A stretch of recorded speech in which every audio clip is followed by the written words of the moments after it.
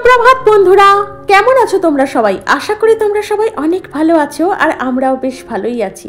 আমি বিউ আর আমার সাধারণ ঘরকন্যা চ্যানেলে তোমাদের সকলকে জানাই আবারও একটা নতুন ব্লগে ওয়ার্ম ওয়েলকাম।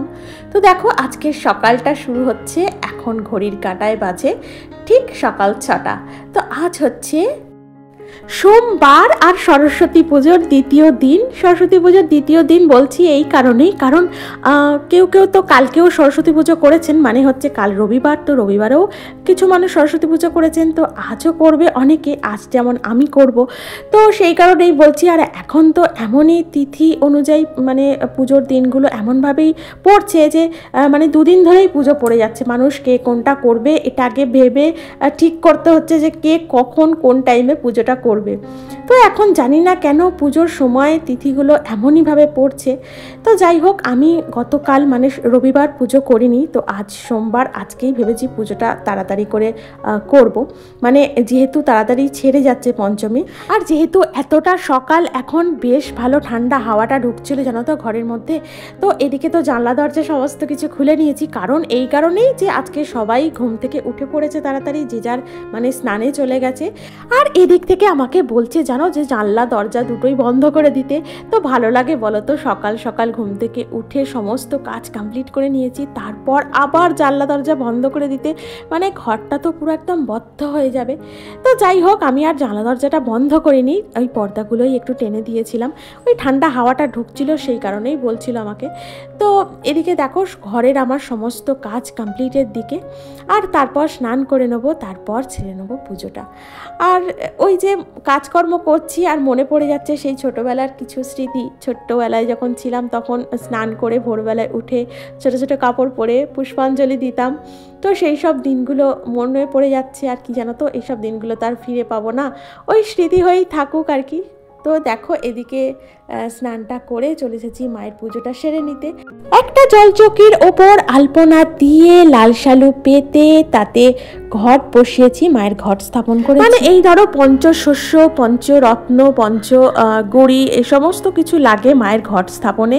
তো এগুলো সমস্ত কিছু দিয়েছি, দিয়েই মাকে কি পুজোটা করে নিচ্ছি।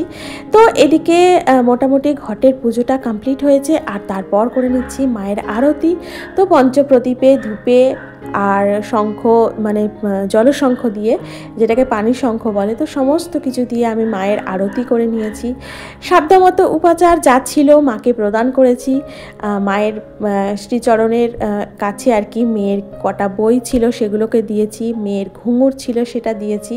তো সমস্ত কিছু দিয়ে পুষ্পাঞ্জলি দিয়ে মায়ের পুজোটা আমি শেষ করেছি। আর মা জানো তো, আমার মা একদম ছোট্টখাট্ট মা, তো এটা হচ্ছে পাথরের মূর্তি মায়ের।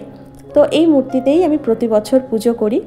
আর পুরোহিত তো আসেন, কটা মন্ত্র বলে একটু ফুল ফেলে দিয়ে চলে যান। সত্যি বলছি, এটাতে না আমার মনে শান্তি হয় না। যতক্ষণ না পর্যন্ত আমি নিজে হাতে মায়ের পুজো করছি, ততক্ষণ পর্যন্ত না মনটা, সত্যি বলছি, একদম শান্তি হয় না।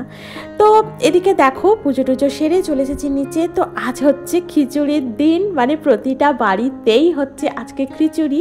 তো আজকে এই খিচুড়িটা করে নিচ্ছি। তো আজকে জানো তো কামিনী আতপ চাল দিয়ে আর ভাজা মুগের ডাল দিয়ে, আর দিয়েছি ফুলকপি আর কড়াইশুঁটি।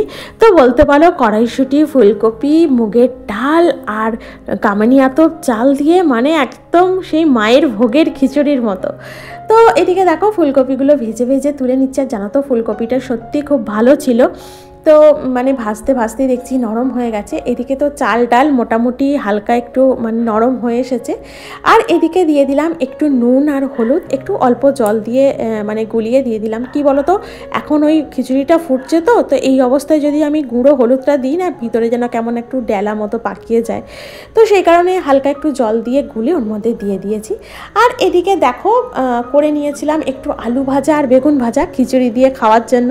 আর করে নিচ্ছি একটু ওই মানে খিচুড়ির মশলাটা, ওই বেশি কিছু নয়, আদা আর জিরে বাটা আর লঙ্কা, হলুদ, নুন, এগুলো তো আছেই। তো এই মশলাটা কষিয়ে নিয়ে এবার দিয়ে দেবো ওই চালটা ডালটা যেটা সিদ্ধ করে রেখেছি তার মধ্যে। আর আজকে আমি এখন ভয়েস ওভার দিতে বসেছি, আর চতুর্দিক থেকে এত আওয়াজ এসে ডিস্টার্ব করছে কি বলবো।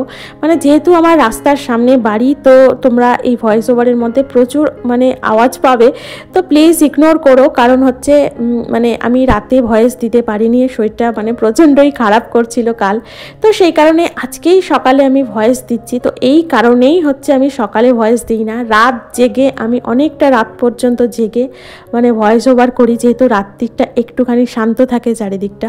যাই হোক, এদিকে দেখো আমার মানে খিচুড়িটাও কমপ্লিট হয়ে গেছে, আর করে নিয়েছিলাম একটু কুলের চাটনি।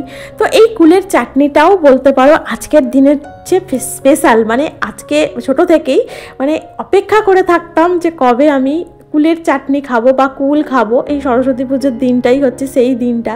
তো বলতে পারো এখন সেই দিনটা চলে গেছে, কারণ আমার মেয়ে কুল তো একদম পছন্দই করে না। ওর সামনে যে যত কুল খাবে ওর কোনো আপত্তি নেই, ও কুল খায়ও না, ওর কুল পছন্দও নয়।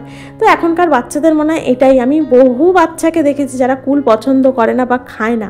আর দেখো ছোটোবেলায় আমাদেরই এই কুলের ওপরে একটা যেন মানে প্রচণ্ড লোভ থাকতো যে কুল কখন মানে পারলে চুরি করেও অনেকে খেয়েছে সরস্বতী পুজোর আগে। তো যাই হোক, তো দেখো এদিকে আমার রান্নাবান্নাটা কমপ্লিট হয়ে গেছে। আর বললাম না এই কুল, তো এই কুল দিয়ে আর হচ্ছে লাউ দিয়ে আজকে চাটনি করতে হয়, তো সেই লাউ দিয়ে আর কুল দিয়ে আজকে চাটনি করেছিলাম। আর এদিকে রান্নাটাও কমপ্লিট হয়ে গেছে, আর গ্যাস চিমনিটাও ভালো করে পরিষ্কার করে নিচ্ছি। আর যেহেতু আজকে বাড়িতে পুজো করেছি, তো সেই কারণে আজকে আর নাইটিটা পরিনি, তো এই কাপড়টা পরেই পুজোটা করেছিলাম, তো এটা পরেই থেকে গেছি। আর জানো তো একবার করে আমার মেয়ে আসছে আর আমাকে জড়িয়ে জড়িয়ে ধরছে, বলছে মা তোমাকে কেমন আজকে ভালো লাগছে, অন্যরকম লাগছে। তো এটাই জানো তো আমাদের সন্তান যেমন আমাদের কাছে সর্বশ্রেষ্ঠ সুন্দর, মানে মনে হয় পৃথিবীর মধ্যে সবথেকে সুন্দর আমাদের সন্তান। আর আমাদের মানে সন্তানদের কাছেও মনে হয় তাদের মাই হচ্ছে সর্বশ্রেষ্ঠ সুন্দর। যেমন এখনো পর্যন্ত আমার মা আমার কাছে সর্বশ্রেষ্ঠ সুন্দরী বলে আমার মনে হয়। তো মা যখন এখনও সাজে না, মাকে বলি মা তোমায় কত সুন্দর দেখতে লাগছে, মা তোমায় কি সুন্দর দেখতে। তো এটাই হয় জানো তো। আর দেখলে তো মানে সকাল সকাল আজকে ঘরদোরগুলো পরিষ্কার করেছি বলে আবার দেখেছো তো ঘরটা কেমন কিচকিচ করছে, তাই একবার একটু ঝাটফাট দিয়ে আবার একবার পরিষ্কার করে দিলাম। তো এটাই হয় জানো তো, মানে আমি না একদম ওই পায়ের তলায় ধুলো পড়লে সহ্য করতে পারি না। তো দেখো এটা হচ্ছে আজকে আমাদের দুপুরের লাঞ্চ, বেগুন ভাজা, আলু ভাজা, পাঁপড় ভাজা, আর তার সাথে ছিল একটু কুলের চাটনি।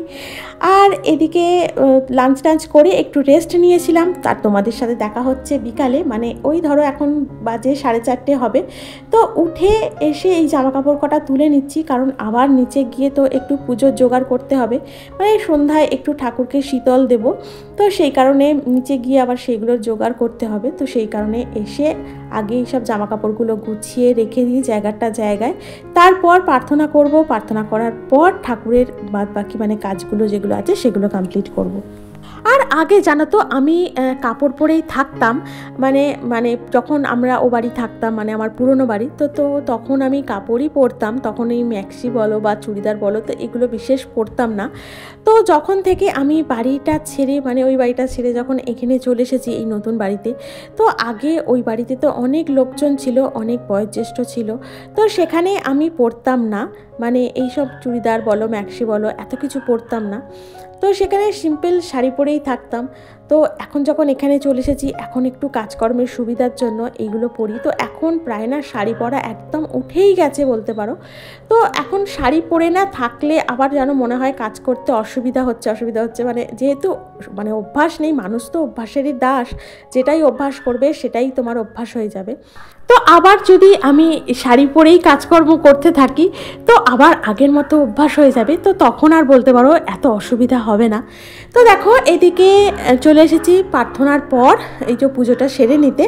আর জানো তো মায়ের জন্য একটু করে দিয়েছিলাম লুচি, একটু আলু ভাজা, একটু বেগুন ভাজা, তো এই সব দিয়েই মাকে আজকে শীতল ভোগ দিয়েছি। আর দেখো মাকে কত সুন্দর লাগছে সত্যি বলতে, মানে সকাল থেকে ঠাকুরকে সাজানোর পর আমি ঠাকুরের সামনে বসে না সত্যি দেখতেই থাকি।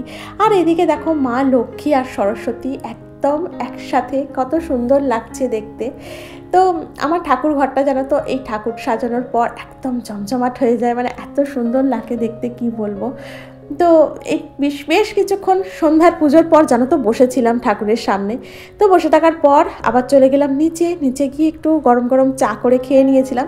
আর তারপর এই হচ্ছে মায়ের প্রসাদ। তো মায়ের প্রসাদ নামিয়ে মেয়েকে আগে দিয়ে দিয়েছি, কারণ ওই লুচি খাবো কখন থেকে বলছে, আর মেয়ে না এই শীতল লুচি খেতে খুব ভালোবাসে। তো এই শীতল লুচি নিয়ে এসে মেয়েকে আগে দিলাম, তারপর আমরা সবাই মিলে খেয়েছি। তো আজকের ভিডিওটা আমি এখানেই রাখলাম। তোমাদের যদি ভালো লেগে থাকে তাহলে অবশ্যই একটা লাইক করো, কমেন্ট করো, আমার চ্যানেলটিকে সাবস্ক্রাইব করে আমার পাশে থেকো। দেখা হচ্ছে তোমাদের সাথে পরবর্তী ব্লগে। ততক্ষণ পর্যন্ত তোমরা অনেক ভালো থেকো, সুস্থ থেকো। টাটা।